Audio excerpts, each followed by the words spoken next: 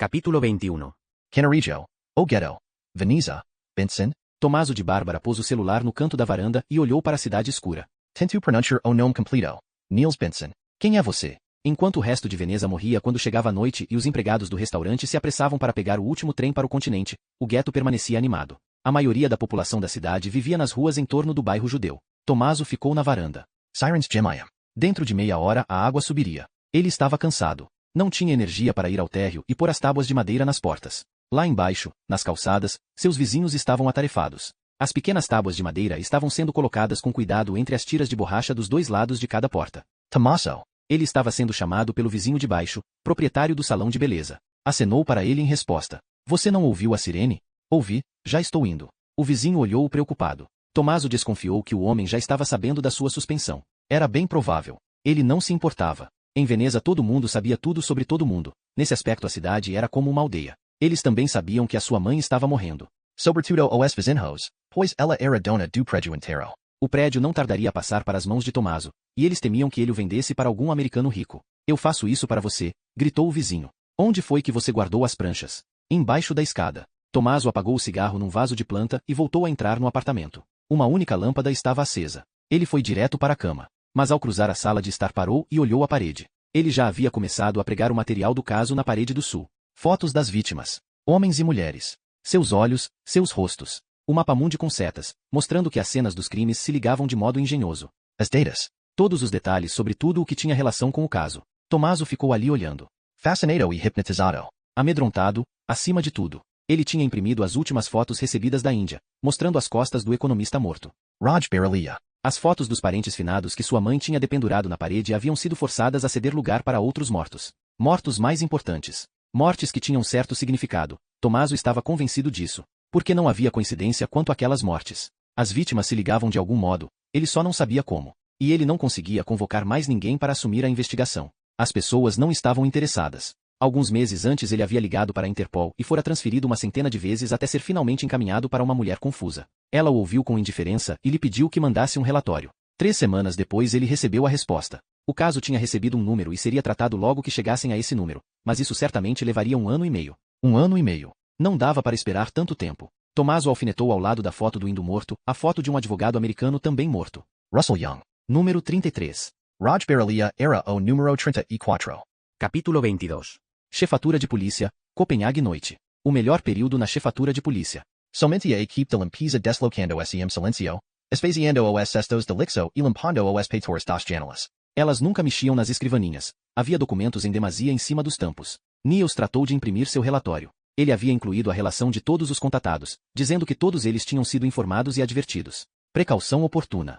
As 2 palavras mais importantes para as autoridades policiais modernas. O papel da impressora havia acabado. Ele encontrou um pacote pela metade e passou 20 minutos tentando inserir o papel. Procurava se concentrar em Catherine, mas não conseguia deixar de pensar em Hannah. A área de recepção do escritório de Sommersted era arrumada e limpa como ele. Niels resolveu pôr o relatório na escrivaninha do seu chefe e não na da secretária, como costumava fazer. Queria ter certeza de que Sommersted o veria. E reconheceria que ele tinha sido aprovado no teste destinado a confirmar se ele continuava digno de confiança. Na escrivaninha de Sommersted havia apenas uma pasta. Na capa estava escrito confidencial. Alta prioridade.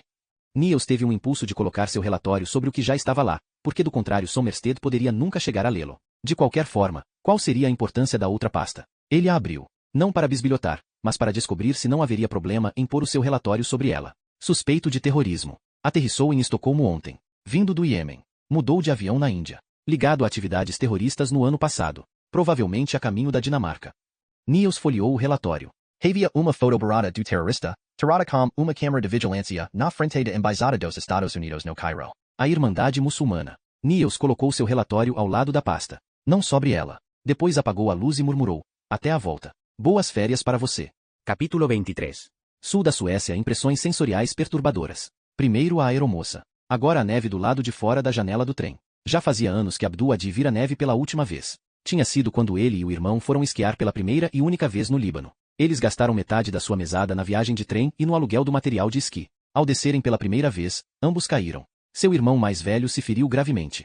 Não podia movimentar o braço e por vários dias Abdul Adi foi forçado a ajudá-lo nas atividades mais íntimas. Ajudá-lo a tirar a calça. Esse tipo de coisa. Eles não podiam pagar um médico e ficaram envergonhados. Todo o dinheiro de que dispunham vinha do Iêmen, mandado pela família.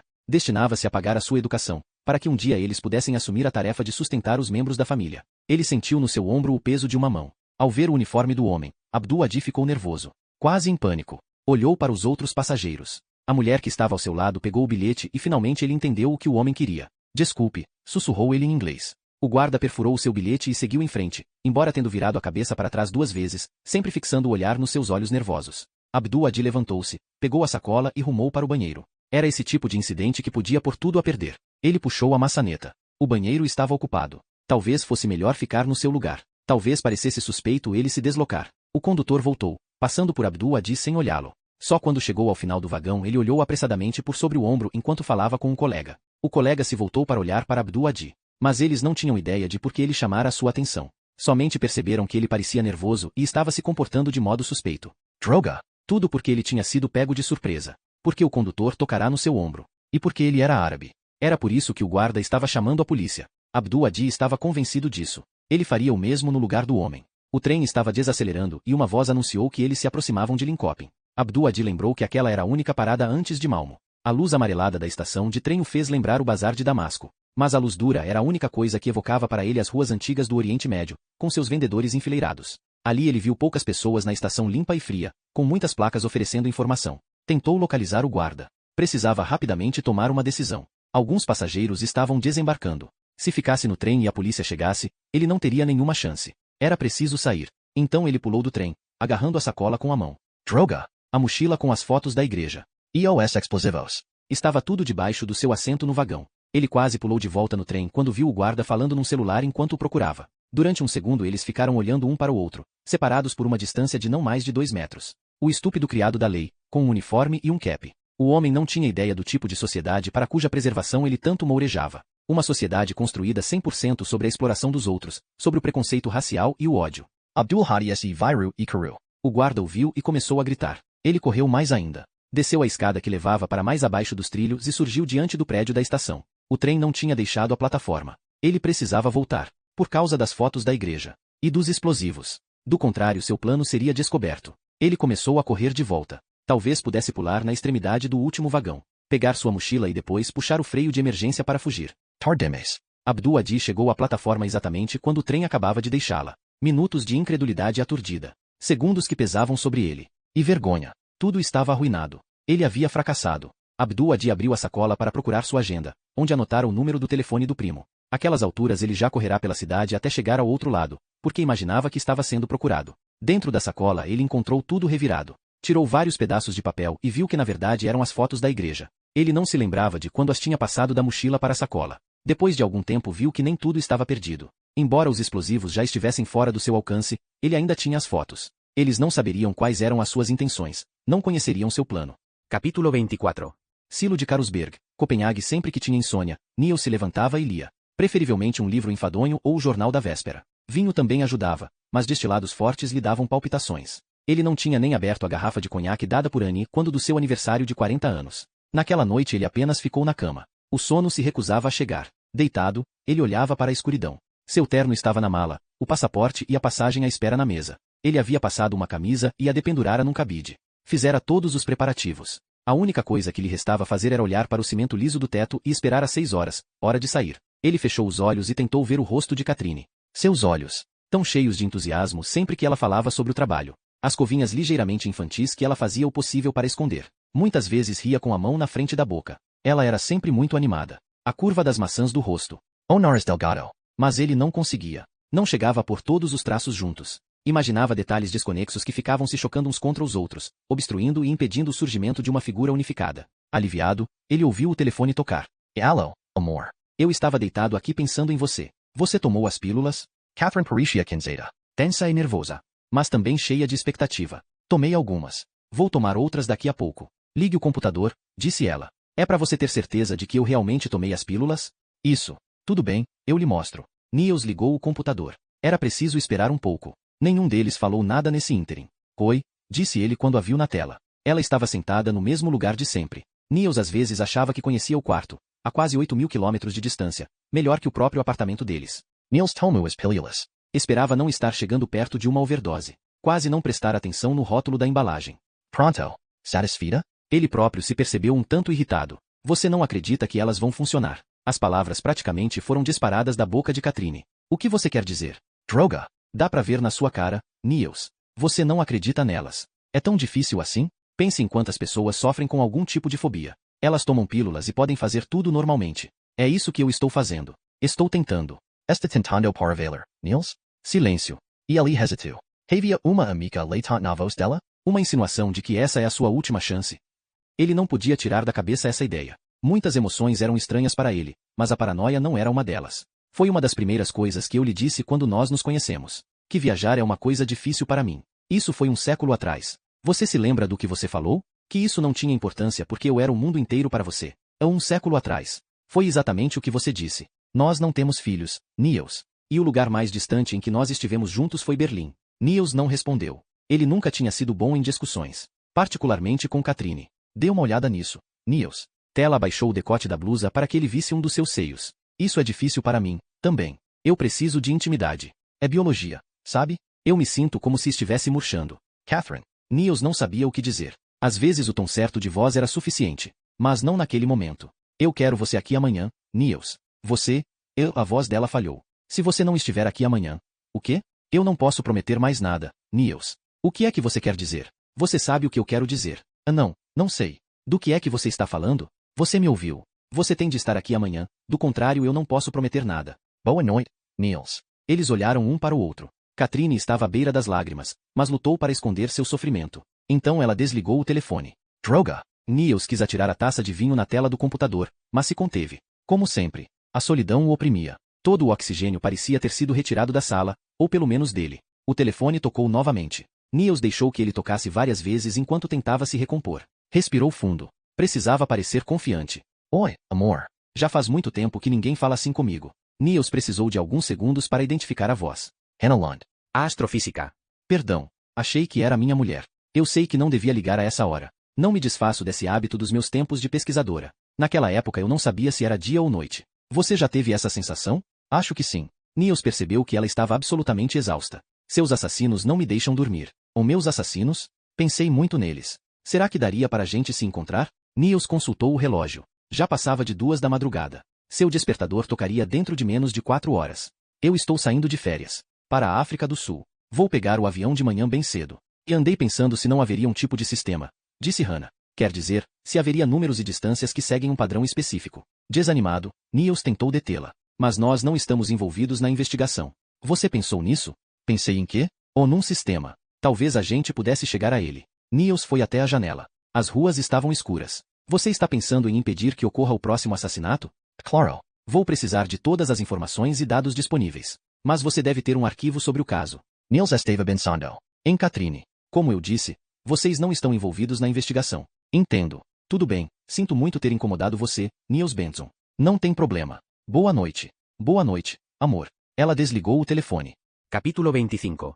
Aeroporto Kastrup, Copenhague 17 de dezembro, quinta-feira é um dos aeroportos civis mais antigos do mundo, construído num prado da periferia de Copenhague. O mais bem preservado da Europa nos anos imediatamente posteriores à Segunda Guerra Mundial. Enquanto a maioria dos demais aeroportos tinha sofrido pesados bombardeios, a mão protetora de alguém fora posta sobre Kastrup. Poderes superiores? Coincidência? Ou teria sido o resultado de uma política de colaboração com as forças de ocupação alemãs? O senhor quer ficar no terminal de embarques internacionais? Isso. Por favor. Terminal 3. Estou com um pouco de pressa, disse Niels. O penetrante sol de inverno nunca subia no céu a ponto de evitar ofuscar a vista dos motoristas. Niels pôs os óculos escuros, que pretendia usar na África. Ergueu o olhar. Um céu lindo, azul profundo. Um Airbus estava decolando. Niels tentou reprimir uma sensação crescente de náusea. Todo ano mais de 260 mil aviões decolavam ou aterrissavam em Kastrup. Milhões de pessoas chegavam naquele aeroporto ou dele partiam. Niels havia lido todos os fatos. Conhecia as estatísticas. Sabia que quando saísse do táxi, o que aconteceria logo a seguir, ele deveria respirar aliviado porque a parte mais perigosa da viagem havia acabado. Mas esse conhecimento não tinha efeito terapêutico sobre ele. Pelo contrário. Se você tiver sorte o seu voo não vai atrasar. O taxista parou o carro. Minha prima devia ter ido para Ankara ontem. Mas está sentada lá, esperando. Niels apenas balançou a cabeça, olhando para o prédio de vidro e aço em forma de asa que assomava diante dele. A conferência sobre o clima estava causando muitos atrasos nos voos. Durante os 11 dias que ela duraria, Kastrup seria o incontestável centro de atividade do mundo. Até onde ele pudera se informar pela internet, seu voo estava no horário. A maioria dos chefes de estado já havia chegado. Alguns deles inclusive já haviam ido embora. Niels começou a transpirar logo que entrou na sala de embarque. Foi ao banheiro masculino. Engoliu algumas pílulas e jogou água fria no rosto. Olhou para si mesmo no espelho. Seu rosto tinha uma palidez mórbida. As pupilas dos olhos estavam grandes e sua expressão era tensa. O senhor está bem? Niels olhou para o espelho. Um homem baixo e gorducho, do sul da Europa, com um ar amigável. Estou bem. Obrigado. Durante um momento o homem não se mexeu. O tempo suficiente para Niels ter vontade de lhe dizer que deixasse de encará-lo. Finalmente o homem foi embora. Mais água. Niels tentou controlar a respiração. Quase conseguiu, mas foi interrompido por outra voz. Essa vinha de um alto-falante. Última chamada para o passageiro Niels Benson, que viaja a bordo do SAS voo 656 para Paris, partindo às 8h45. Embarque no portão 11. O fato de ele ter de mudar de avião em Paris não facilitava as coisas. Seria preciso passar 2 vezes por aquele processo infernal. Niels fechou os olhos. Procurou mudar de tática. Então tentou o oposto. Tentou se fixar no momento presente. Disse a si mesmo que era preciso se concentrar e agir com sensatez. Permitir-se sentir o medo, combatendo com bom senso e estatísticas. Milhões de pessoas estavam sempre lá em cima no céu. Meu Deus, tudo o que ele tinha de fazer era a mesma coisa que elas faziam. Sentar-se num avião, tomar uma xícara de café, ver um filme, talvez dormir um pouco. Aceitar o fato, quem sabe até mesmo saborear a ideia, de que todos nós vamos morrer. Mas isso não ajudou. Não era o avião nem a morte que o assustavam. Era a ideia de sair de Copenhague. Niels enxugou o rosto com uma toalha de papel, respirou fundo e tentou reunir coragem. Então saiu da sala de espera e se encaminhou para o portão de embarque. Atravessando a sala de embarque, quase deserta naquela hora, lhe ocorreu a imagem mental de um condenado dando os últimos passos na direção do cadafalso. Ele concluiu que a execução seria preferível à entrada num avião. Asterisco asterisco asterisco.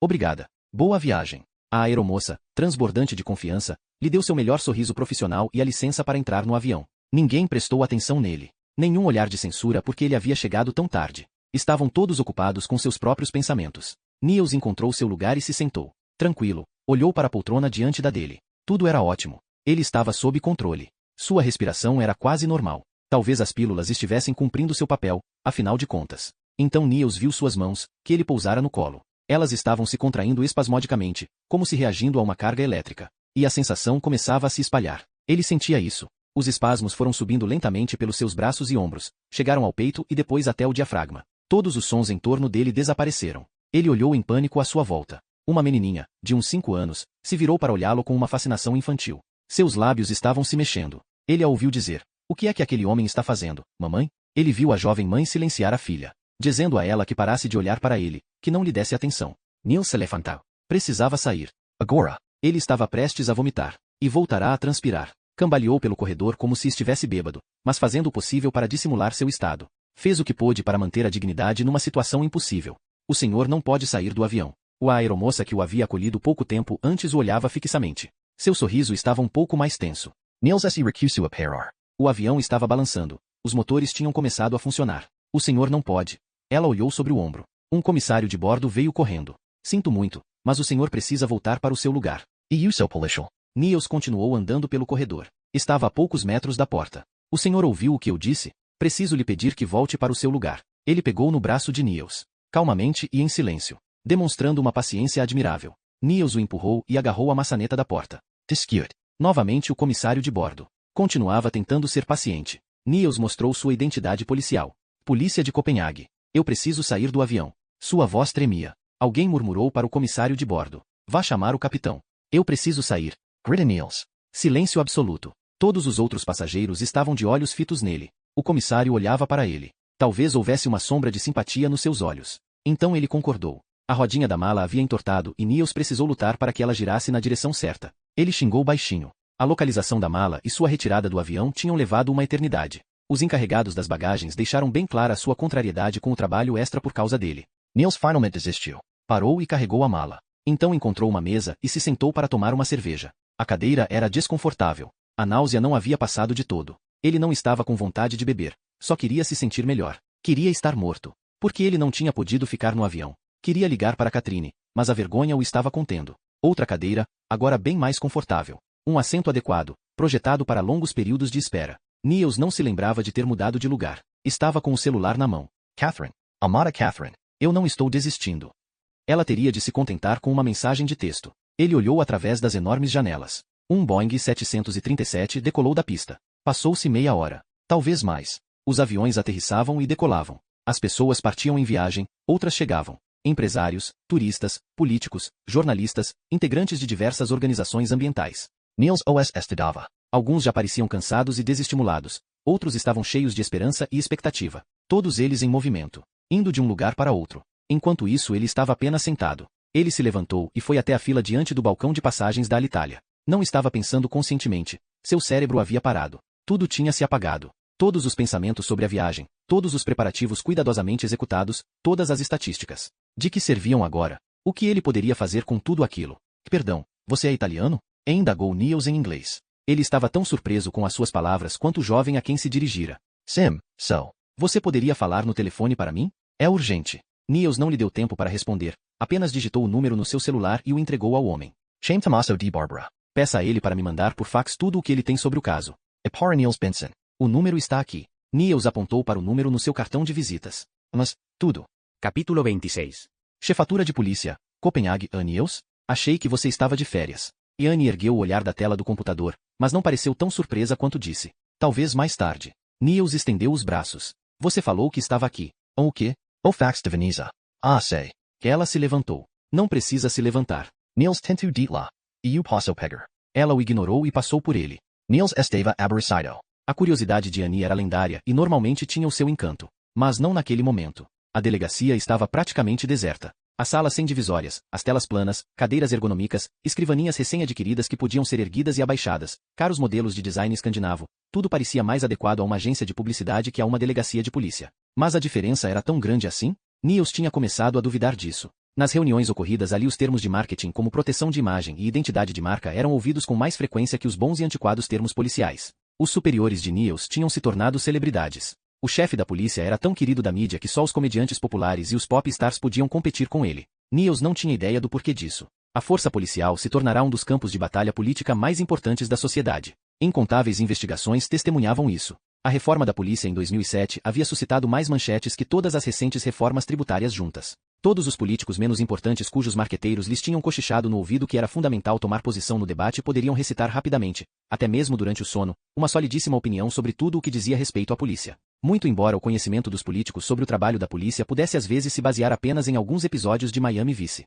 Espere só e você vai ver o que diz o fax. Annie dirigiu a Niels um olhar alvoroçado enquanto abria a porta da sala do computador. Eu nunca vi uma coisa assim. A sala do computador não tinha muita relação com computadores. Na verdade era o único lugar da sede, fora o refeitório, que não tinha um único computador. Assim, seu nome era sempre motivo de brincadeiras. Mas o espaço continha impressoras, máquinas de fax e fotocopiadoras, e cheirava a restos de produtos químicos, ozônio e pó de toner que inquestionavelmente produziam náusea e dor de cabeça em pouco tempo. Pronto. Annie voltou. Quase tão grande quanto uma lista telefônica. Niels olá. Ele não sabia o que havia esperado, mas certamente não era uma pilha de muitas centenas de páginas. Do KSE Trada? E Annie tentou fazer seu interesse não parecer demasiado. É só o material de um caso. Bom, não pode ser um caso comum. Ela tentou não sorrir. Tem relação com a conferência sobre o clima? Tem. Niels a olhou solenemente, pensando que o que quer que acontecesse na conferência sobre o clima, o que quer que resultasse dos esforços feitos pelos líderes mundiais para impedir que a Terra fosse destruída, o evento não seria em vão. Porque sem a conferência sobre o clima Niels não teria sido capaz de evitar que a sua secretária conversasse sobre o fax. Você tem uma caixa que eu possa usar? Niels olhou em torno de si. Annie lhe entregou uma caixa de papelão cheia de papel para impressão. Ele a pegou sem dizer nada, mas com um sentimento de culpa porque Annie havia se tornado uma mãe substituta para ele. Tendo esvaziado a caixa, ele a encheu de páginas com faxes. Tentou dar uma olhada em algumas fotos. Fotos de autópsia. Marcas estranhas nas costas do cadáver. Uma relação de vítimas de assassinato. Na China e na Índia. Veja só o vestido dela. Eles vão chegar amanhã? Annie estava olhando para uma pequena tela de televisão. Barack e Michelle Obama saindo do Air Force One em algum lugar do globo. Ela tem um traseiro avantajado. Isso é sexy? Indagou Annie, voltando-se para Niels. Acho que sim. Para quem gosta. Michelle Obama acenou da escada, obviamente acostumada a esse tipo de cena. Para quem ela estava acenando? Para o enorme contingente de seguranças? Já na pista, Barack Obama cumprimentou um homem calvo, provavelmente um embaixador americano no país em que eles estavam. Niels não conseguia tirar os olhos de Obama. Havia na sua expresso uma certa tristeza, apesar do grande sorriso. Niels já havia notado isso na primeira vez em que o vira na televisão, durante um debate com Hillary Clinton. A sombra de algo pesaroso. Como se ele tivesse alguma dúvida sobre os seus objetivos, não sobre a sua vontade de concretizá-los, de criar um mundo melhor. Mas ele parecia não saber se o mundo estava realmente disposto. A sala de Somerstead estava iluminada, o que surpreendeu Niels quando ele saiu da sala do computador. Ele pôs no chão a caixa com as páginas de fax e com o pé empurrou-a para debaixo de uma escrivaninha, de forma que ninguém a visse. Índia e China. Os 2 últimos assassinatos da lista vinda de Veneza. O terrorista não tinha estado também na Índia? Cuidado, ele ouviu Annie adverti-lo. O chefe está de péssimo humor hoje. Nos outros dias é diferente? Niels bateu na porta e entrou. Somerset, ainda de casaco, estava de pé ao lado da escrivaninha. Parecia procurar alguma coisa. Sim? Ele não se deu ao trabalho de olhar para Niels. Eu já estou saindo. Seu tom de voz era hostil. Era obviamente um homem sob pressão. Um homem que havia muito tempo não dormia o suficiente e que tinha a cabeça tomada por cenas de horror de possíveis calamidades durante a conferência. Sobre o homem do Iêmen que está sendo procurado. Chega. Somerset ergueu a mão. Niels optou por ignorar seu gesto e prosseguiu. Não pude deixar de dar uma olhada no relatório de ontem. E vi por acaso quais foram os seus destinos mais recentes. O quê? Não. Os pensamentos de Somerset estavam longe. Isso era óbvio. Ele estava no Bella Center, junto com os chefes de Estado sob sua proteção. E há uma ligação com o caso da Interpol. Benson. Somerset's Spyro. Ele era um predador que tinha resolvido dar à sua presa uma última chance. O caso Adi é super secreto. Não é da sua conta. Nós não precisamos entrar em pânico agora, pelo amor de Deus. Dá para você imaginar? A combinação de terroristas altamente treinados em Copenhague com todos os dirigentes mundiais reunidos na Ilha de Merda? Eu não estou totalmente seguro, admito, disse Niels. Mas tenho as minhas suspeitas. E não. Somerset desistiu de tentar se controlar e elevou a voz. Esquica, Benson. Deixe que outras pessoas cuidem disso. Você imagina quantos presidentes e primeiros-ministros vão estar no Bella Center daqui a algumas horas, contando com a minha proteção?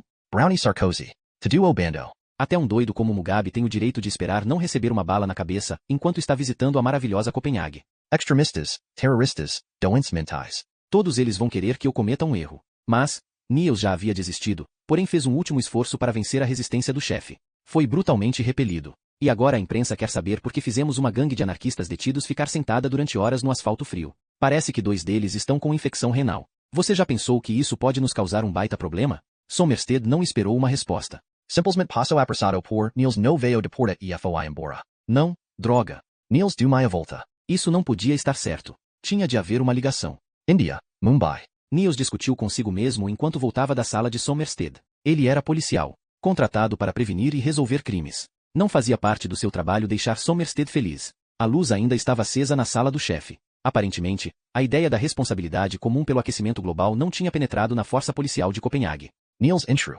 Os documentos ainda estavam na mesa. Niels se surpreendeu com o descuido de Somerset. Sem dúvida isso se devia ao nervosismo. Ele encontrou uma foto de perfil do homem do Iêmen. Abdul Hadi. Uma foto ligeiramente borrada, tomada em algum lugar do Vaziristão, uma área montanhosa na fronteira do Paquistão com o Afeganistão. Niels não era particularmente versado em terrorismo internacional, mas sabia que o Vaziristão era um dos focos de terroristas. A Irmandade Muçulmana. Os documentos a mencionavam várias vezes. Hadi tinha estado contado com a membro importante da Irmandade Muçulmana. Não diziam o grau de proximidade desse contato, mas temia-se que Abdul Hadi fosse um possível terrorista. Niels olhou para cima. Ninguém o estava observando. Os olhos de todos se voltavam para o Bella Center. Ele folheou o arquivo. A Irmandade Muçulmana. Correu os olhos pelas páginas. Uma organização político-religiosa fundada no Egito em 1928 por Hassan al-Banna. O objetivo deles era transformar o Egito numa sociedade islâmica, uma sociedade baseada na lei muçulmana estrita, nos moldes da que fora criada na Península Arábica pelos irmãos Wahhabi. Apesar de publicamente ser contra a violência, a organização tinha sido proibida muitas vezes no Egito.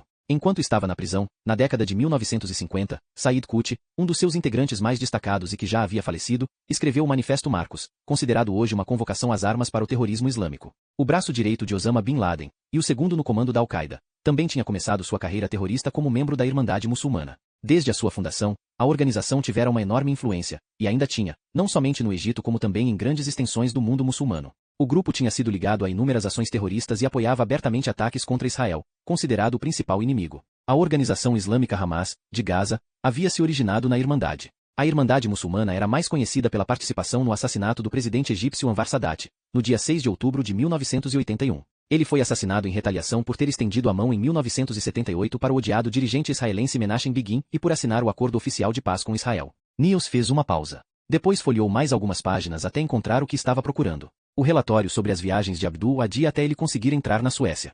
Havia obvias lacunas, embora não muitas. Niels estudou cuidadosamente o relatório. Acreditava-se que Abdul Hadi tinha sido visto a bordo de um trem na Suécia. O que ele estava fazendo lá? A Suécia seria o seu destino final ou ele iria até mais longe? Ele havia chegado de avião de Bruxelas e antes disso, supunha-se, fizera paralelamente uma viagem até a Índia. Niels estava surpreso. Como era possível que um homem caçado em todo o mundo pudesse viajar livremente, indo aonde bem entendesse? Sabia-se que os procedimentos de segurança internacionais deixavam muito a desejar. O público podia não ter conhecimento disso, mas a polícia tinha. Apesar das significativas melhorias nas medidas de segurança da maioria dos aeroportos internacionais, scanner de íris, impressão digital, normas mais rigorosas concernentes aos passaportes e aos documentos de identificação, parecia que os terroristas estavam sempre um passo à frente. Ou talvez fossem tantos que, mesmo prendendo alguns, outros sempre conseguiriam escapar. Niels descobriu que estava falando alto. O que é que você estava fazendo na Índia? Murmurou ele. Sem resposta. Hadi alhu para ele de foto. Niels reconheceu a sua expressão. Era daquele jeito que a pessoa olhava logo antes de puxar o gatilho. E por que é que você está vindo para a Dinamarca? Capítulo 27. Christian Schaaf, Copenhague. O semáforo em Amagerbrogade não estava funcionando. Niels não notou que estava parado no vermelho havia um tempo exagerado, mas então um carro atrás dele começou a buzinar agressivamente. Por fim o motorista emparelhou com ele e passou mostrando-lhe o dedo em riste. Niels digitou um número no celular e esperou. Hena respondeu, parecendo ter acabado de acordar. Oi, Nils Benson. Será que eu posso ir aí? E agora? Acabei de receber por fax o material sobre o caso. E posso lhe comunicar as informações. Tem muito material. Achei que você estava saindo de férias. É muito abrangente, disse ele, ignorando o comentário. Trata de todos os detalhes. Exatamente como você me pediu. Sem resposta. Niels já ia prosseguir, mas, antes que ele começasse a falar, Hannah disse, dá para eu tomar um banho antes? Eu chego aí dentro de 1 hora. Ele encerrou a conversa, imaginando Hannah na banheira. Ela teria mencionado o banho para provocá-lo? Ele chegou na Praça Christmasmler. Uma parte da área estava inacessível devido a algumas centenas de ativistas do clima reunidos para uma manifestação não autorizada. Fazia muito frio para ficar andando ao ar livre. Os manifestantes passavam pelos carros carregando uma grande bandeira que dizia, última oportunidade. Salva o planeta. Outra dizia, agora ou nunca. A caixa com as páginas do fax estava no assento dianteiro ao lado de Niels. Ele a abriu e olhou para todas as páginas datilografadas que continham as informações sobre as vítimas de assassinato, as cenas de crime e as horas das mortes. Fotos das vítimas. Fotos das estranhas tatuagens nas suas costas. Niels não sabia nada sobre tatuagens, mas as imagens das fotos o surpreenderam. Por que um assassino teria o trabalho de fazer uma tatuagem tão complicada nas costas das suas vítimas? Tommaso tinha dito que eram números. Niels não conseguia distinguir nada, mas teve a impressão de que mais parecia uma figura qualquer, uma espécie de desenho abstrato. De repente se fez na multidão um vazio, que foi ficando gradualmente maior e maior. Niels continuou dirigindo pela Christianshavn no sentido da cidade. Na sua mente ele continuava vendo estranhas tatuagens. Elas tinham tomado conta dos seus pensamentos como um exército invasor, recusando-se a ir embora. Impulsivamente ele fez um retorno, seguiu no sentido contrário àquele em que ia até então e virou à esquerda para Princessegade. Christiania. Copenhague. A loja chamada Tatuarte estava exatamente como ele a conservava na memória. Niels nunca havia entrado ali, mas conhecia bem o resto da área de Christiania.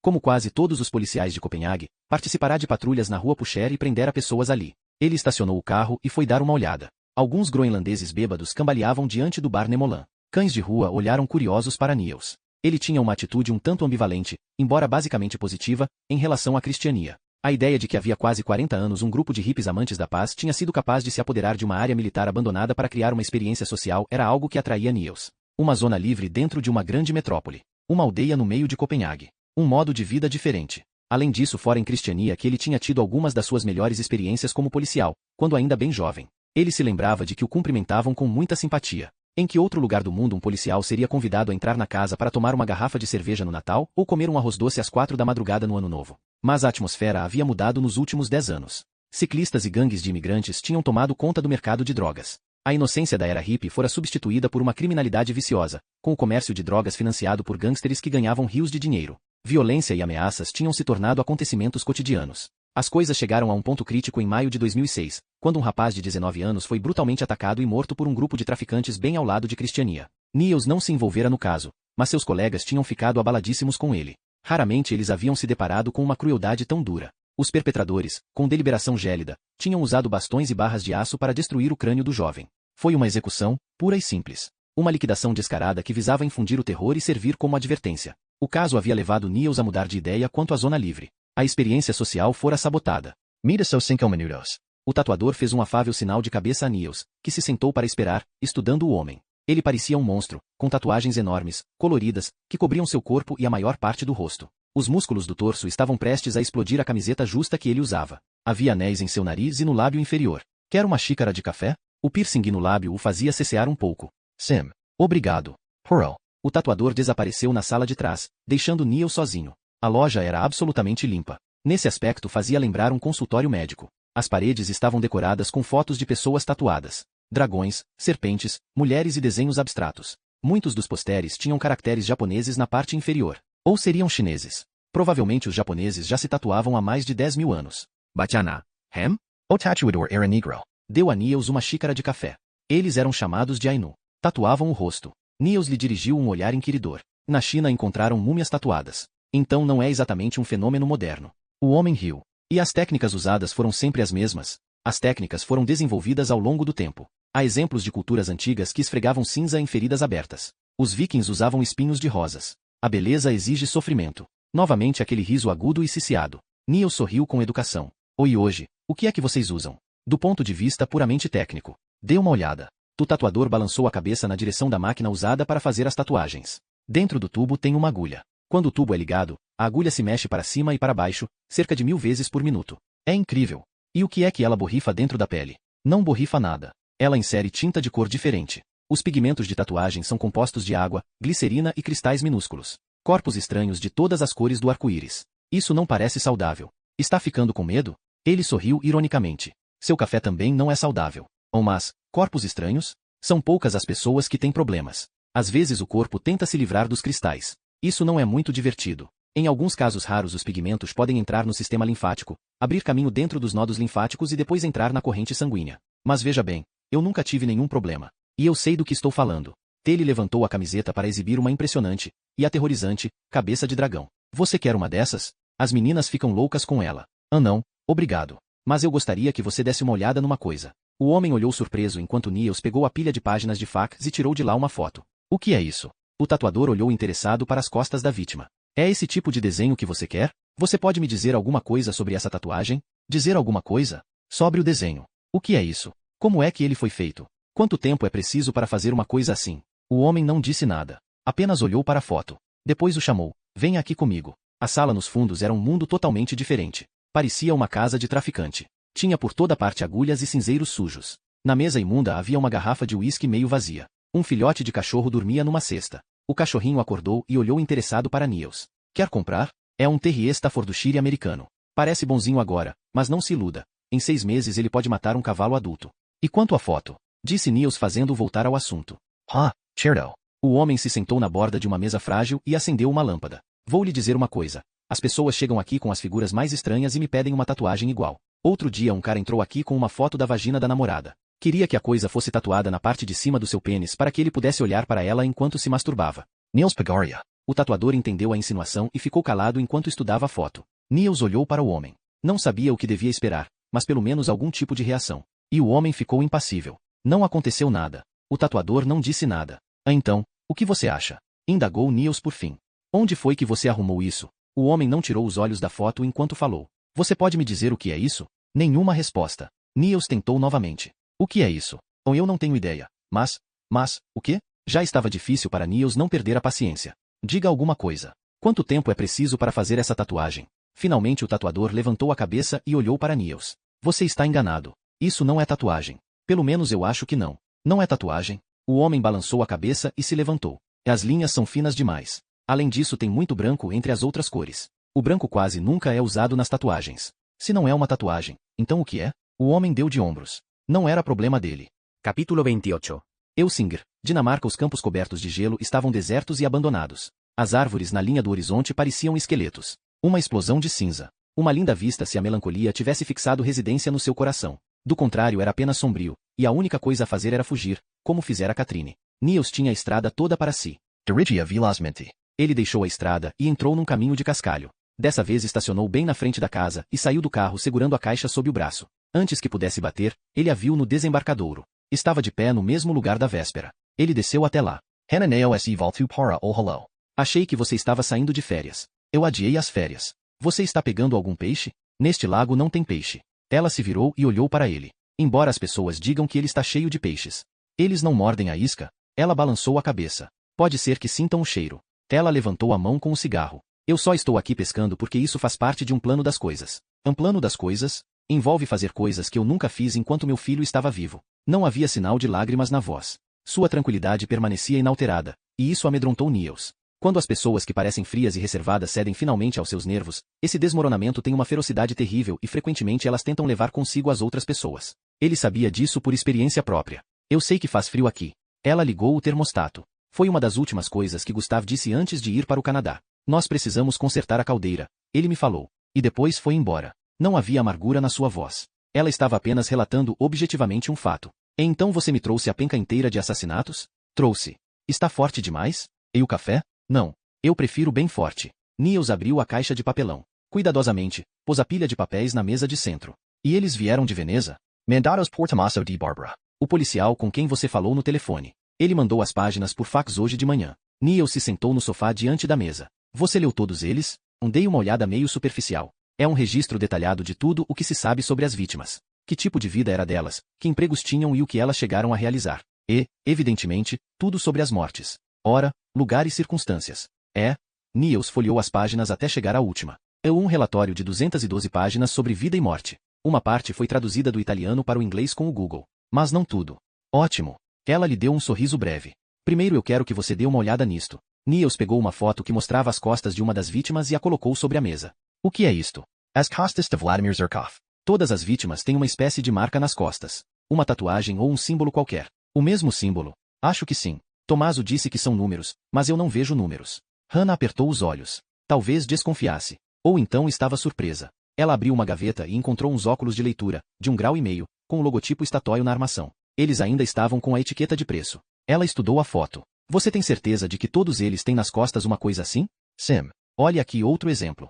As costas de Maria Sewa, do Peru. Assassinada no dia 29 de maio deste ano. Ele pôs na mesa, ao lado da foto de Vladimir Shirkov, a foto de Maria Saiva. Embora as imagens fossem escuras, podia-se ver as marcas. Hannah estava segurando uma lupa. Ela havia pegado na mesma gaveta de onde tirara os óculos, junto com um inequívoco cheiro de maconha. Niels estudou.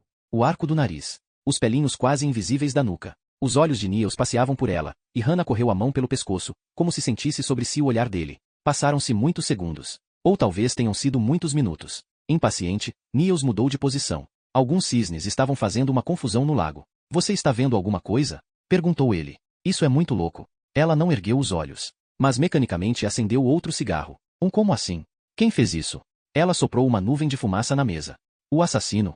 Niels S. Proximo. O que é que você está vendo? Ela ignorou a pergunta. Niels achava que merecia uma resposta. Já ia repetir a pergunta quando ela começou a murmurar. Hebraico, árabe, indiano, urdu, devanagari. Niels olhou para ela. Ela intueva number Cicero. Mesopotamio, 20º sistema, números celtas, números hierográficos, números babilônios, Hannah. A voz de Niels havia se elevado. O que é que está acontecendo? São só números. Nada além de números. Onde? Ele tem razão. O homem com quem eu conversei. Tommaso? São números. Esse é o número 31. Vladimir Zherkov. 31? É o número 31 em vários sistemas numéricos. Em números minúsculos. Parecem vasinhos sanguíneos rompidos sob a pele. Como se os vasos sanguíneos formassem o número 31. Como se pode fazer isso? Ela deu de ombros. Eu não sou dermatologista. Mas, Hannah mudou de ideia e se calou. Mas o quê? Niels pareceu se impacientar novamente. Eu sei que a superfície de todos os vasos sanguíneos é formada pelo epitélio de uma camada, que é conhecido pelo nome de endotélio. E existe alguma coisa que você desconheça? Desculpe. Continue. Como eu estava dizendo, eu não sou perita no assunto, mas se o endotélio é lesionado, o sangue entra em contato com outras células e tecidos. Ela parou de repente. Não, eu não posso lhe dizer mais nada. Para ser bem franca, eu não sei do que estou falando. Não tenho ideia de como esses números foram feitos. E você tem certeza de que o que está aqui é o número 31? Tenho certeza. Eu conheço alguns sistemas numéricos. É o mesmo número repetidos várias vezes. 31? Ela não respondeu enquanto voltou a olhar para a foto. Hannah? Ela meneou afirmativamente a cabeça. É isso mesmo. Só 31. E essa outra? Pergunta Niels. A mulher do Peru. Maria. Hannah estudou a figura estampada nas costas de Maria Saiva. É um 6. O número 6 escrito em centenas de sistemas numéricos diferentes. Sistemas usados atualmente e sistemas usados em lugares distantes, de tempos antigos. As imagens não são claras, por isso é difícil distinguir, mas esse homem. Ela pegou outra figura na caixa e segurou-a no alto. Ele tem nas costas o número 16 em centenas de variações. Eu reconheço o número hierático. Niels olhou para a foto e foi procurar o texto nos faxes. Jonathan Miller. Pesquisador americano encontrado na estação MC Murdo, na Antártica, no dia 7 de agosto deste ano. Mas, ele largou a foto de Miller, sem saber o que dizer. Quantos sistemas numéricos existem? Em todas as eras, todas as culturas tiveram necessidade de contar, para sistematizar o mundo e criar uma visão geral. Os gregos, os romanos, os egípcios, os indianos, os árabes, os chineses. Todos eles têm sistemas numéricos originados há muito, muito tempo, com milhares de variações. Já encontraram ossos da Idade da Pedra marcados com riscos finos que são números. Os números cuneiformes da Mesopotâmia são de cerca de 2000 a.C. No comico os números eram usados só para contar, mas as pessoas logo perceberam que eles também eram símbolos. Eram símbolos. Ou você quer dizer que as pessoas os transformaram em símbolos? É o velho dilema do que veio primeiro, o ovo ou a galinha. Ela encolheu os ombros. Nós criamos sistemas numéricos ou eles já existem? E se 2 mais 2 era igual a 4 antes que houvesse pessoas por aí, então quem criou o sistema? Para os seguidores de Pitágoras, os números eram a chave para as leis do cosmo. Eram símbolos numa ordem mundial divina. Isso é muito impressionante. De acordo com Novalis, Deus poderia se revelar tanto na matemática quanto em qualquer outra ciência. Aristóteles disse que os números não só significam uma quantidade específica como também têm qualidades inerentes. Ele as chamava de estruturas qualitativas de números. Os números ímpares eram masculinos. Os pares, femininos. Outros gregos falavam em números espirituais. A gata saltou para cima da mesa e com a mesma rapidez Hannah a retirou dali sem interromper o que estava dizendo. A matemática está cheia de mistérios. Mistérios que podem resolver os nossos problemas. Era nisso que Gustavo estava pensando quando fez a declaração que trouxe você aqui. Que quem irá salvar o mundo será um matemático. Pense no trabalho que estão fazendo no Bella Center. Curvas, gráficos, números. Nada além de números. A interpretação correta dos números determina se nós vamos viver ou morrer. É vida ou morte. Isso é uma coisa que todos os cientistas sabem. É por isso que Tycho Brahe teve o nariz decepado num duelo. Por causa de números? Porque ele afirmou que existiram os chamados números complexos. E seu adversário dizia que eles não existiam. Quem tinha razão? Tycho Brahe. Mas ele perdeu o nariz. Ela fez uma pausa, deixando Niels pensar nisso. Você já ouviu falar de Avraham Trachtman? Sem esperar a resposta, ela prosseguiu. Um professor de matemática que emigrou para Israel. Sem conseguir encontrar emprego lá, ele acabou trabalhando como leão de chácara num clube. Enquanto estava no clube tentando acalmar hordas de adolescentes bêbados, ele resolveu um dos maiores mistérios matemáticos dos tempos recentes, o problema da coloração da estrada. Isso lhe diz alguma coisa? Ela estava respirando com tanto esforço que parecia quase a ponto de sufocar. Na verdade não. E a questão é extremamente simples. Um homem chega numa cidade estranha para visitar um amigo mas não sabe onde ele mora. As ruas não têm nome, mas o amigo telefona e resolve orientá-lo dizendo apenas: direita, esquerda, direita, esquerda. O homem pode encontrar a casa do amigo baseado só nessas instruções, independentemente de onde ele está? Sutive sorte. Ou a resposta é: sim. Vou poupar você da demonstração. Você conhece Gregory Perelman? O russo que resolve a conjectura de Poincaré. Hannah. Niels levantou as mãos no ar como um cowboy se rendendo. Hannah suspirou. Tudo bem. Perdão. Ela afastou a cadeira e olhou para a água, onde tinham surgido alguns barcos a motor. Niels se levantou. Ele queria fazer uma porção de perguntas, mas eram tantas as que pareciam colidir na sua mente que ele acabou não perguntando nada. Foi Hannah quem quebrou o silêncio. Mas por que as vítimas têm esses números nas costas? Era a cientista falando. E quem fez essas marcas? Era o policial assumindo o comando. Hannah suspirou. Alhando para o relógio e para a pilha de papias. Então ela sorriu. Você já está aqui há quase 1 hora e nós ainda nem começamos a ler. Caso de homicídio. Sarah Johnson Niels endireitou todas as páginas numa pilha certinha na mesa de centro. Essa operação resultou numa coluna que parecia um tijolo tamanho extra. Todas essas páginas tratam dos casos de assassinato? Indagou Hannah acendendo um cigarro. Acho que sim. Niels Pagaria. Sarah Johnson, 42 anos. Thunder Bay. Isso significa que ela foi a primeira a ser morta? Niels deuda Umbrus. Talvez. Por enquanto significa apenas que ela foi a primeira pessoa mencionada nas páginas de fax. E a aparência dela era essa. Ele colocou na mesa uma foto de uma mulher com cabelo pajem e uma expressão melancólica. E ela morreu no dia 31 de julho de 2009. Portanto não foi a primeira, concluiu ele. E a mulher do Peru foi assassinada em maio. Thunder Bay. Hannah alhu para o grande mapamundi que ela abrira diante de si. Canada. No Lago Superior. Um dos maiores lagos do mundo. Hannah procurou durante momento. Inteo Tairu pincel atomico preto, EPOS ex onde ficava Thunder Bay. Sarah Johnson era médica num hospital. Morava sozinha, era solteira e não tinha filhos. O texto está em inglês? Uma parte. A relação dos fatos básicos, digamos. Acho que uma parte do relatório é em italiano. Muito bem. E depois? Hannah estava a postos com o pincel atômico. Mais informações sobre Sarah. Niels examinou a pagina. Muito mais, na verdade. Acho que isso é um obituário do jornal local. E obtido pelo policial italiano? Paris. Aqui diz que ela completou sua formação médica na Universidade de Toronto em 1993. Tem também uma entrevista em inglês. Com Sarah Johnson? Niels passou muitas outras páginas. Ela era muito bonita, disse Hannah olhando para a foto. Parisha e Audrey Hepburn. Hespere. Yumi Engania. A entrevista é com alguém que estudou com ela. Megan Riley. Porque ela foi entrevistada. Parece uma espécie de transcrição. Talvez de uma entrevista dada no rádio sobre Sarah Johnson. Por que foi que o italiano mandou isso para você? Boa pergunta. Megan Riley descreve Sarah como antissocial, um pouco estranha, com uma vida amorosa difícil. Bonita, mas nunca pareceu ser realmente feliz. Coitada, disse Hannah com simpatia. Niels concordou. Olhe para isso. Tomaso conseguiu fotos de Sarah quando criança. Quer dizer, se aqui está ela. Hannah olhou para a foto de uma menina de 6 anos desajeitadamente empoleirada num balanço. Essas páginas parecem declarações de vários médicos e psiquiatras, observou Niels. Esse tipo de relatório não é confidencial? O policial italiano não pode ter tido acesso a ele por conta própria. Pode sim diz Niels. Say ele for sufficiently persistent. Ele examinou as assinaturas. Algumas eram ilegíveis. Deve ter acontecido alguma coisa com a Sarah em 2005. Ela começou a mostrar sinais de instabilidade emocional, ataques de ansiedade, insônia, tendências paranoicas. E há alguma causa para isso? Niels balançou a cabeça e voltou às páginas de fax. Espere um pouco. Acho que eu deixei passar uma coisa no obituário dela. Talvez isto signifique alguma coisa. Ela foi despedida do trabalho em 2005 por causa de um incidente que teve muita atenção da mídia local. ¿O qué tipo de incidente? Não diz aqui. Espere um minuto. Niels Remexiu nas paginas. Sim, aqui fala sobre ele. Um recorte de jornal. Ele pensou em ler em voz alta o texto em inglês, mas era um artigo muito longo e ele não tinha segurança sobre as suas capacidades linguísticas. Então, diz que Sarah Johnson foi demitida por justa causa quando se soube que para salvar a vida de um garoto com uma doença incurável ela administrou nele um medicamento não aprovado. O menino ficou bom, mas o incidente teve uma grande repercussão profissional e suscitou muitas críticas, então os diretores do hospital se sentiram obrigados a demitir a moça. Um medicamento não aprovado? É o que dizem aqui. Até onde eu sei, só depois de 15 anos um medicamento novo é aprovado, e Sarah Johnson não podia esperar tanto tempo. Por isso infringiu as normas e salvou a vida do garoto. E isso teve relação com as tendências paranoicas que ela manifestou depois?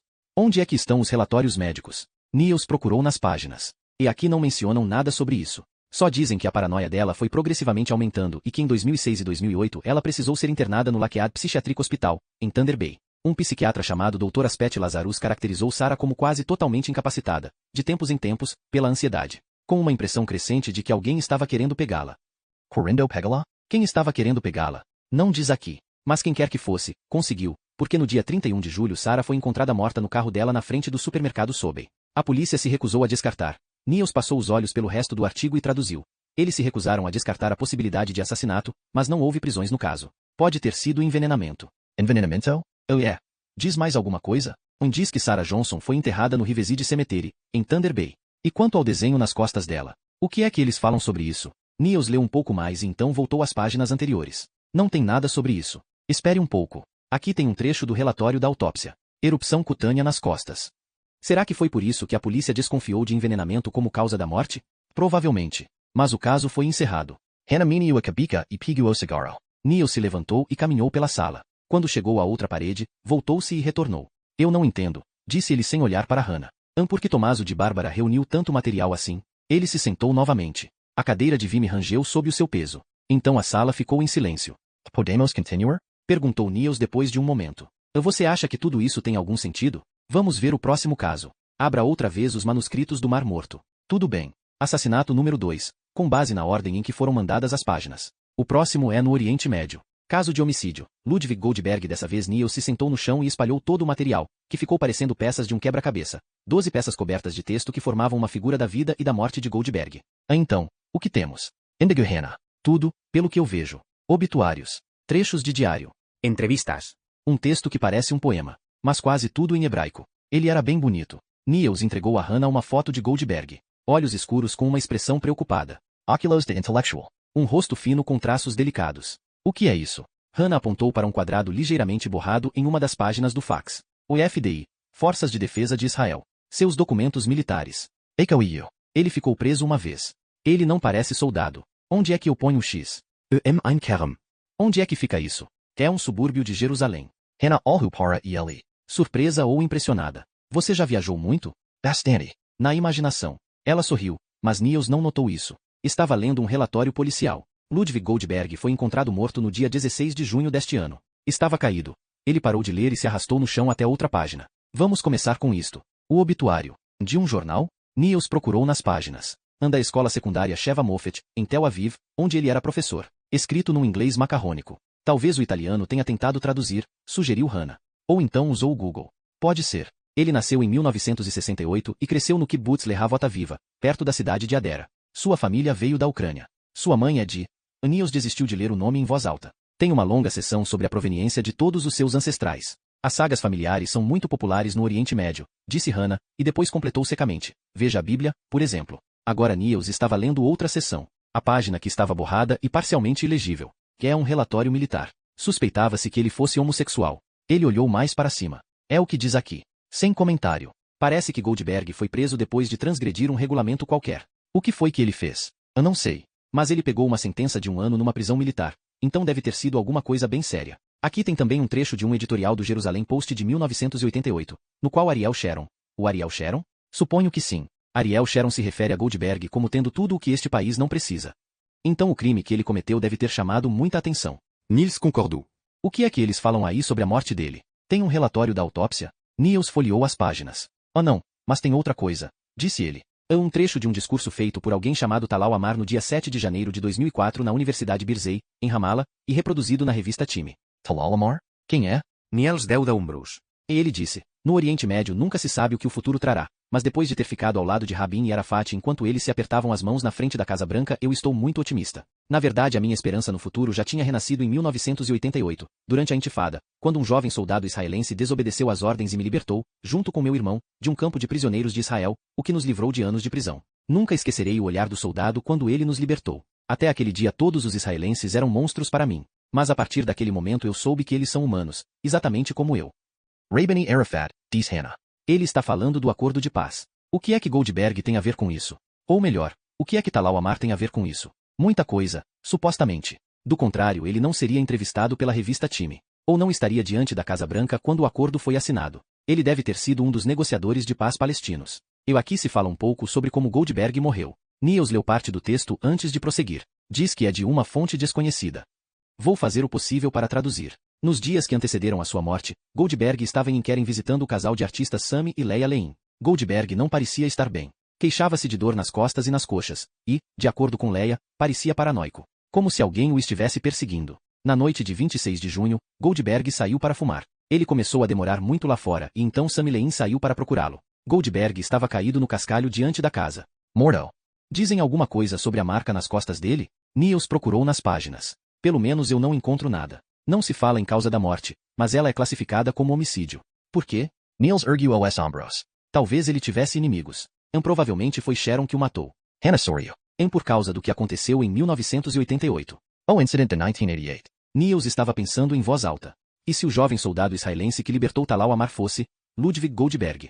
Niels assentiu calma cabeça. Durante um momento, talvez pela primeira vez desde a sua chegada, eles olharam nos olhos um do outro. Hannah diz. Inteo de ser por isso que o policial italiano lhe mandou o trecho do discurso de Amar. Niels não respondeu. Capítulo 29.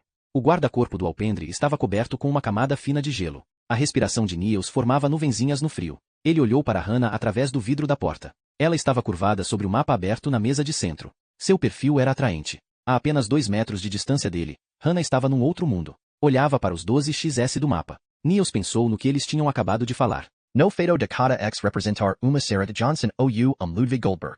Uma história. Uma vida. Alegrias, tristezas, amigos, conhecidos e família. Cada X era uma história. Com um começo, um meio e um súbito e brutal fim. Um pato mergulhou na superfície do mar. Reemergiu logo em seguida. Fez um giro de 180 graus e rumou para o sul. Para longe do frio invernal da Escandinávia. Niels acompanhou com inveja a sua partida. Ele estava enjaulado ali, confinado numa imensa prisão. Que tipo de deficiência psicológica estava atuando como seu guarda de prisão? Medo? Trauma? Novamente ele vai para observar Hannah. De certa forma ele sentia como se estivesse no processo de descobrir a resposta para aquela pergunta. Ele a viu usar um cigarro para acender o seguinte sem tirar os olhos do mapa. Os dedos de Niels estavam duros de frio quando ele pegou o celular. Uma mensagem de Anne, perguntando-lhe se ele queria entrar na vaquinha do presente de Suzanne, da divisão de arquivos. Ela ia fazer 50 anos na quinta-feira. A equipe queria comprar para ela uma máquina de remar ou uma temporada num spa em Hamburgo. Minha amada. Era assim que Niels tinha inserido Katrine na sua lista de contatos. Ele digitou o número. Você ligou para Katrine, da DBB Arquitetos. Ele tinha ouvido aquela mensagem 1000 vezes, mas ainda ficava atento até o final. Não posso atender agora, mas por favor deixe um recado. Então ela passava a falar em dinamarquês. Se é você, mamãe, seja boazinha e deixe um recado para mim. Catherine, sou eu. Niels respirou fundo. Bom, acho que você pode ver que quem está ligando sou eu. Entendo perfeitamente porque você não quer falar comigo. Só quero dizer que esse caso em que eu estou trabalhando, tenho a impressão de que, sei que isso provavelmente vai parecer idiota, mas eu acho que estou envolvido em algo realmente importante. Niels encerrou a ligação. Ele tinha razão, parecia idiota. Mas era só isso que lhe ocorria dizer. Caso de homicídio, Vladimir Shirkov. Agora passamos para a Rússia. Niels estava novamente sentado no chão. Ou, para ser mais preciso, Moscou. Vladimir Shirkov, 48 anos de idade. Moscou. Ok. Hannah pôs um X no mapa. Ele era jornalista e crítico da sociedade. Eu não sabia que as pessoas podiam criticar a sociedade na Rússia. Ela se sentou ao lado de Niels. Shirkov morreu no dia 20 de novembro deste ano. De acordo com um relatório de uma organização de direitos humanos russa chamada Memorial, ele ficou preso na infame prisão Butyrka, em Moscou. Por que ele foi condenado? Niels hesitou enquanto folheava o relatório. Não sei, mas tenho certeza de que nós vamos descobrir. Quando ele estava agonizando foi encontrado por um companheiro de prisão chamado Igor Dazael, que depois contou que naquela tarde e de noite Shirko tinha se queixado de dores. Dazael pediu ajuda e... aqui tem um texto bem longo. Foi comunicado que Shirko gritou, tem fogo dentro de mim e eu estou queimando. Logo depois ele foi declarado morto.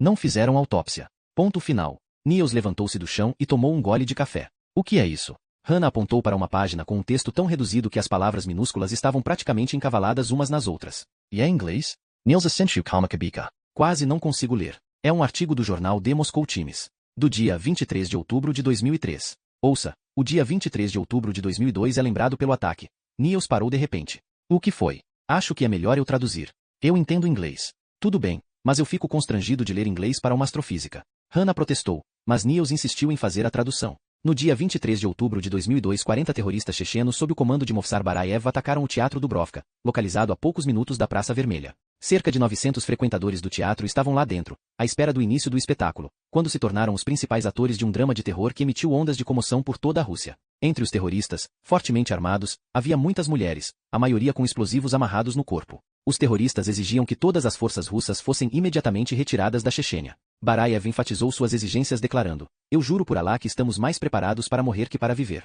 A enorme quantidade de explosivos e armas que os terroristas haviam levado consigo provava que eles estavam dispostos a concretizar as ameaças. Investigações posteriores mostraram que havia pelo menos 110 quilos de TNT dentro do teatro. Estimou-se que cerca de 20 quilos de TNT seriam suficientes para matar todos os que estavam no teatro. As autoridades russas não tinham ideia do que fazer. Putin se recusou a ceder, apesar do aumento da pressão dos familiares dos reféns, insistindo que era preciso fazer alguma coisa. Uma jovem de 26 anos, Olga Romanova, conseguiu entrar no teatro para tentar persuadir os capturadores a libertar as crianças. Os terroristas responderam disparando imediatamente na cabeça dela. Nas 48 horas que se seguiram, alguns reféns foram libertados. Cidadãos proeminentes e organizações, inclusive a Cruz Vermelha, os Médicos Sem Fronteiras e a conhecida jornalista Anna Politkovskaya, tentaram iniciar negociações com os capturadores. Por fim, a situação se tornou tão crítica que nas primeiras horas da manhã de sábado, 26 de outubro de 2002, as forças de segurança russas Spetsnaz lançaram no teatro quantidades enormes de gás à base de fentanil e em seguida invadiram o prédio. O conflito não durou muito tempo. A maioria das pessoas que estava ali morreu com o gás. As forças de segurança não deram nenhuma chance aos terroristas. Mataram todos, homens e mulheres, atirando na cabeça deles. Em pouco tempo estavam todos mortos. Depois disso, a Rússia ficou em estado de choque. O que inicialmente pareceu uma vitória se transformou numa tragédia de proporções quase incompreensíveis. 129 reféns morreram, inclusive 10 crianças. 69 crianças ficaram órfãs com o ataque. Alguns reféns tinham sido alvejados pelos terroristas, mas a maioria morreu asfixiada pelo gás, porque o atendimento médico que eles receberam depois de serem carregados inconscientes para fora do teatro foi inadequado. No local havia apenas umas poucas ambulâncias, e as pessoas não receberam o tratamento médico de que necessitavam. Muitos sufocaram nos ônibus superlotados que os levaram embora. Ao deixar de lado o artigo, Niels viu que estava ofegante. Ele imaginava a cena. As crianças apavoradas, cercadas por terroristas, explosivos e metralhadoras carregadas.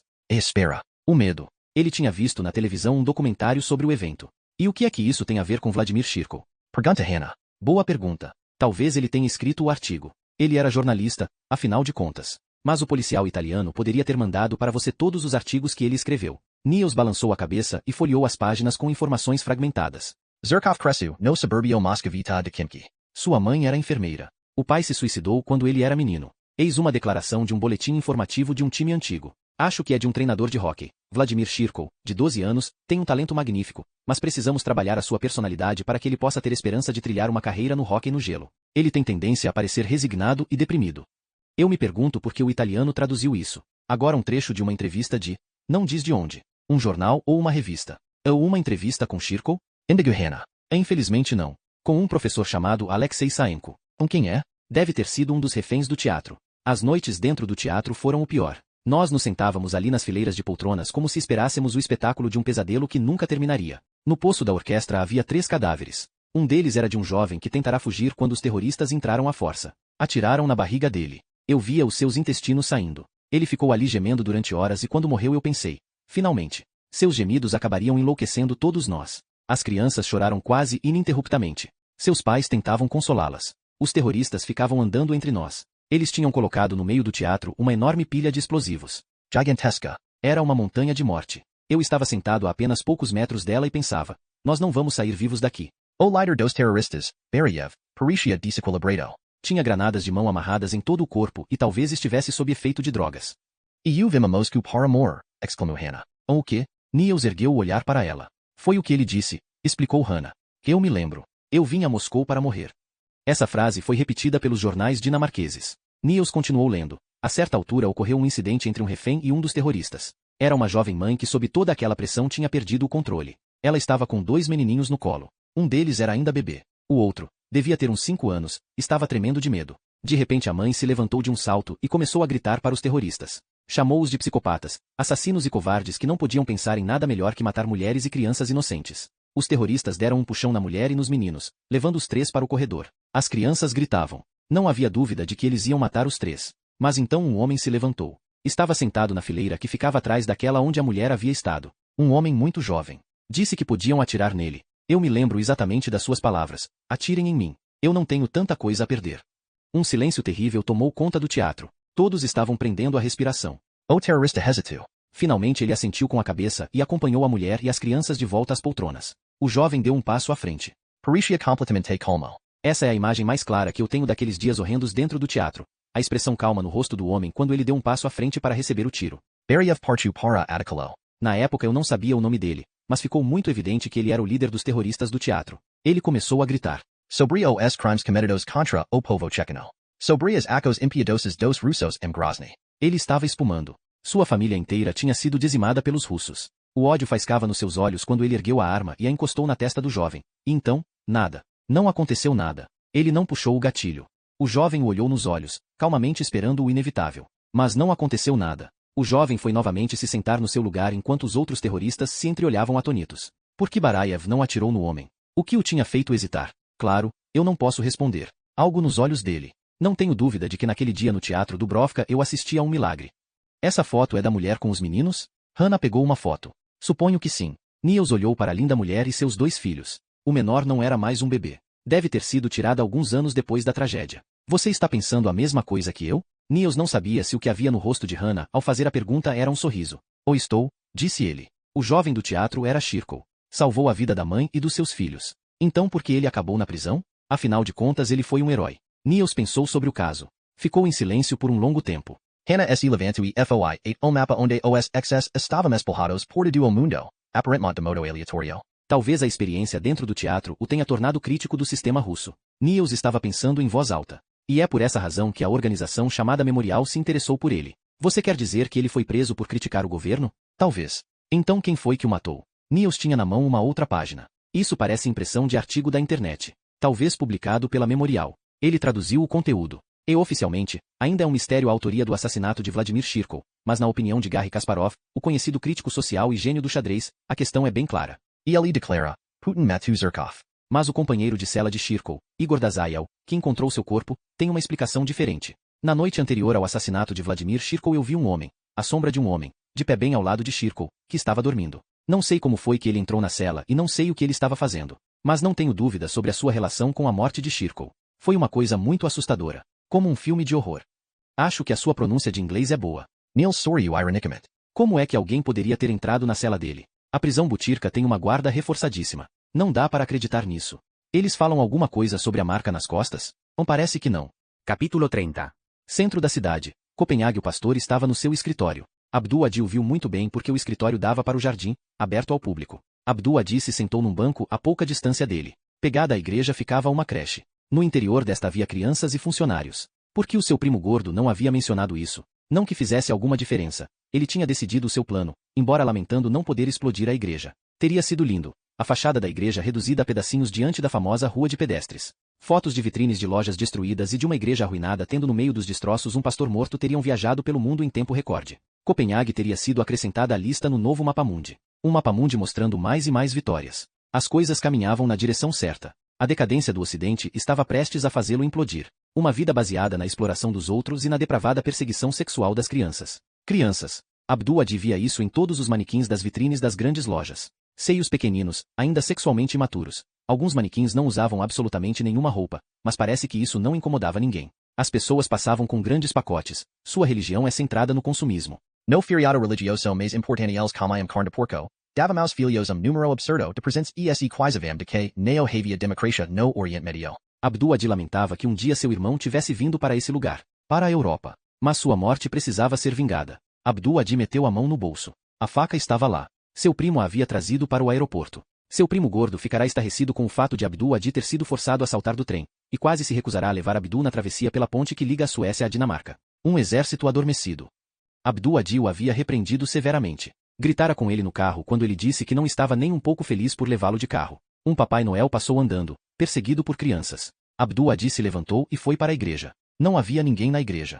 Uma grande cruz de madeira com a figura de Cristo estava dependurada na parede. Era ali que ele pretendia depositar o pastor quando tivesse liquidado com ele. A imagem que acabaria na primeira página dos jornais ocidentais. Iconografia. Isso era importante. Os ocidentais se definiam apenas por meio de coisas externas. Roupas, aparência, espelhos, figuras, televisão, propaganda. Abdu-Adi entoava silenciosamente a litania que ele absorvera enquanto rabiscava a planta da igreja. Os ocidentais não tinham diálogo interior, não tinham conversas com Deus. Uma mulher lhe disse alguma coisa, mas percebeu imediatamente que ele não falava dinamarquês. Passando para o inglês, ela avisou: a igreja está fechando. Então sorriu e acrescentou: quinta-feira tem um serviço à meia-noite, se o senhor se interessar. Obrigado. Ele saiu. As luzes estavam apagadas na creche. A igreja foi fechada. Abdu-Adi deu uma volta até a sacristia, onde haviam lhe preparado uma janela. Ele teria preferido fazer primeiro uma prece, mas não havia tempo. Tinha visto o pastor vestir o paletó. Precisava ser agora.